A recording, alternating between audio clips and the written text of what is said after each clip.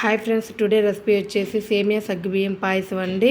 నేనైతే ప్రసాదంగా చేశానండి. ఇట్లా ప్రసాదంగా చేయండి, చాలా బాగుంటుంది టేస్టీగా.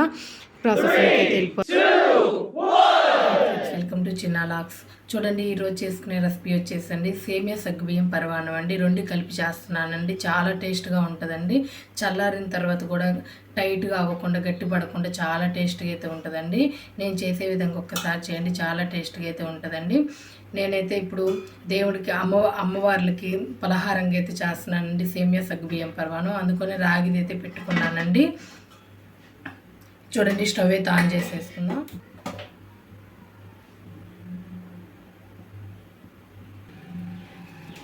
చూడండి, 2 స్పూన్స్ అయితే నెయ్యి వేసుకుంటున్నానండి.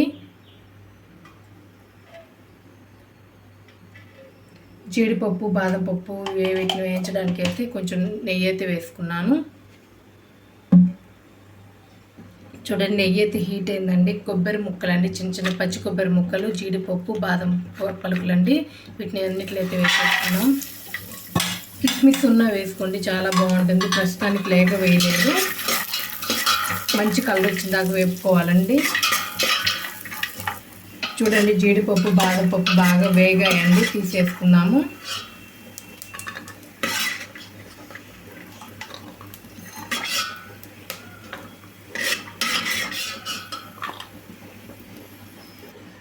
చూడండి, ఇదే గిన్నెలో కొంచెం నెయ్యి అయితే వేసుకొని సేమియా అయితే వేయించుకుందామండి. మళ్ళీ ఒక 1 స్పూన్ వరకు వేసానండి. 1 కప్పు సేమియా తీసుకున్నా అండి. 1 కప్పు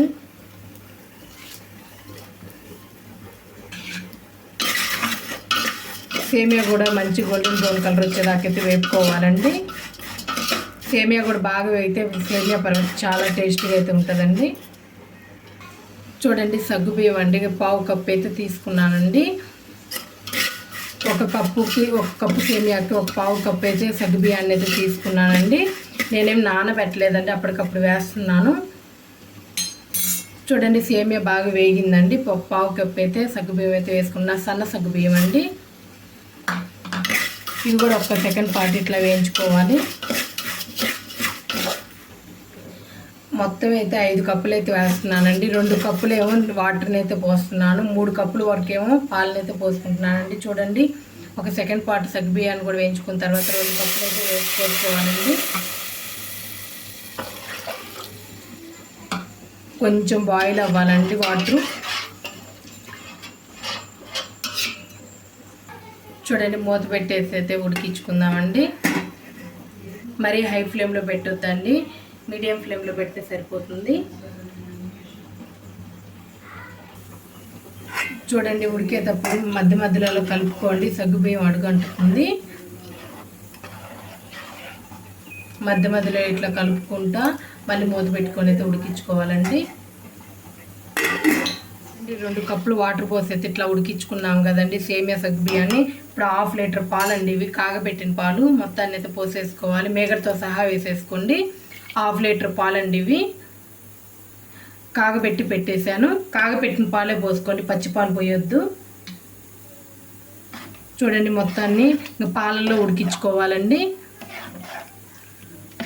ఇప్పుడు 1/2 ఉడుకుంటుందండి పాలలో. ఇంకా 1/2 ఉడికితే సరిపోతుందండి, కరెక్ట్గా ఉంటుంది. ఇవి బాగా ఉడికిన తర్వాత పంచదార వేసుకోవాలి.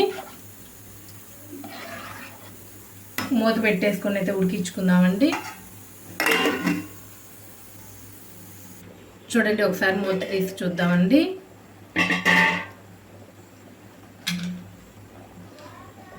మధ్య మధ్యలో కలుపుతూ ఉండాలండి. ఇట్లా కొంచెం చిక్కబడేటప్పుడు యాలక్కాయ పొడి అయితే వేసుకుందామండి. చూడండి, 2 యాలక్కాయలు అయితే ఇట్లా దంచి అయితే వేస్తున్నానండి. ఫ్లేవర్ చాలా బాగుంటుంది. ఇట్లా దంచి అయితే వేసుకోండి.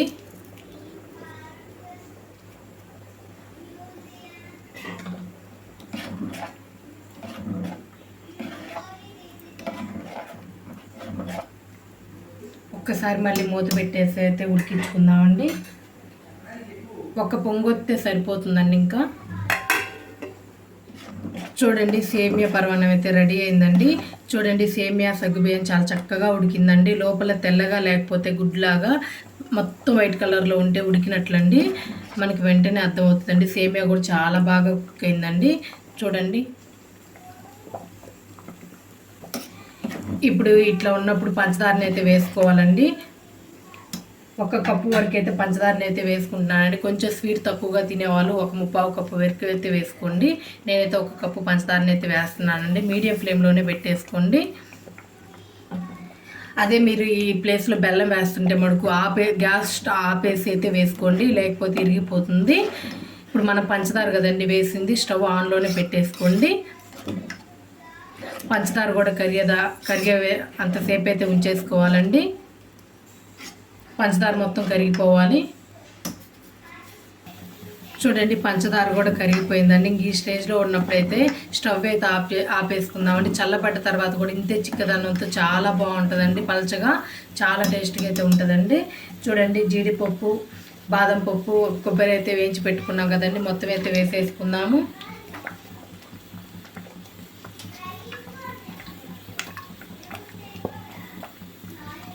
ఇదిగోండి మొత్తం డ్రై ఫ్రూట్స్ మొత్తం వేసేసుకున్నాం కదండి. ఇంకా స్టవ్ ఆపేస్తున్నానండి.